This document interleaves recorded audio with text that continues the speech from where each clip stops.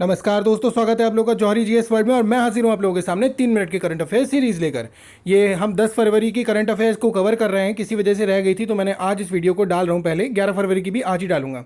तो चलिए शुरू करते हैं। पहला प्रश्न है, इंग्लैंड क्रिकेट टीम के अंतरिम कोच कौन नियुक्त हुए हैं? तो वो हैं पॉल कॉलिंगवुड। ध्यान रखिएगा, इंग्लैंड क्रिकेट टीम के जो अंतरिम कोच नियुक्त हुए हैं वो हैं पॉल कॉलिंगवुड। दूसरा जो क्वेश्चन है, कौन सा मंत्रालय भारत में संग्रहालयों की पुनर्कल्पना का आयोजन करेगा? तो संग्रहालयों की जो पुनर्कल्पना का आयोजन करेगा वो है संस्कृति मंत्रालय। ये बहुत इंपॉर्टेंट क्वेश्चन है, एग्जाम्स में कई बार मंत्रालयों से संबंधित क्वेश्चन पूछे जाता है जो हम गलत कर देते हैं, तो इसको ध्यान रखिएगा, संस्कृति मंत्रालय इसका उत्तर है। तीसरा प्रश्न है, कौन और कब इंडिया टेलीकॉम 2022 बिजनेस एक्सपो आयोजित कर रहा है? तो इसका जो आंसर है वो है TEPC, यानी कि telecom equipment and services export promotion council. Fourth question है, हाल ही में किस देश में भारतीय व्यापार यात्री हेतु वीज़ा मुक्त प्रवेश लागू किया गया? तो ऐसा कौन सा देश है जिसने हमारे देश के व्यापारियों के लिए अपने देश में बिना वीज़ा के प्रवेश को अनुमति दी है? तो वो जो है मालदीव वो देश है, उस देश का नाम है मालदीव। और ये 1 फरवरी से उसने परमिशन दे दी है, और ये जो वीज़ा की जो वैधता रहेगी वो 90 दिन की रहेगी। तो अब इसमें हमारे 3 प्रश्न बन गए। कब से शुरू हुआ ये वीज़ा देना? 1 फरवरी से। किस देश ने दिया है? मालदीव ने। और इसकी वैधता कितने दिन की होगी? तो वो 90 दिन की रहेगी। पांचवा प्रश्न है, हाल ही में किस राज्य ने कक्षा 1 से 7 के छात्रों के लिए परय शिक्षालय की शुरुआत की है?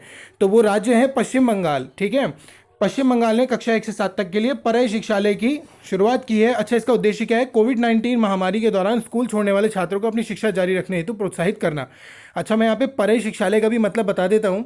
खुले में, यानी कि एक मैदान में या किसी भी खुले ग्राउंड में जब शिक्षा दी जाती है, जैसे हम लोगों की बचपन में कभी कभी क्लासेस सर्दियों के समय में लगती थी, टीचर कहते थे चलो बाहर धूप में चल के बैठते हैं, वहाँ हम जो है पढ़ते हैं, उसी को परय शिक्षालय कहते हैं। तो ये किसने शुरू किया? पश्चिम बंगाल ने। 6th क्वेश्चन, हाल ही में किस राज्य सरकार ने 1 लाख रोजगार सृजन के लिए IT नीति की घोषणा की है? तो वह है गुजरात सरकार।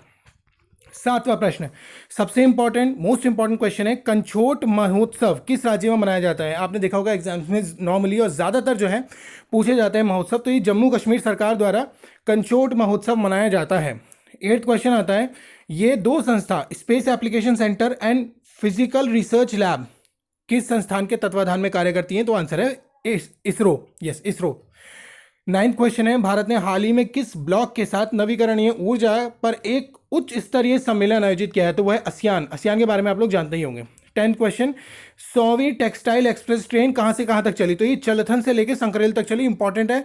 इससे पहले कृषि रेल बहुत ज़्यादा इंपॉर्टेंट हुई थी, वो पूछी जाती थी, और मेरे हिसाब से एग्जाम्स, आने वाले एग्जाम्स में जरूर पूछा जाएगा कि 100वीं टेक्सटाइल जो रेल है ये कहाँ चली?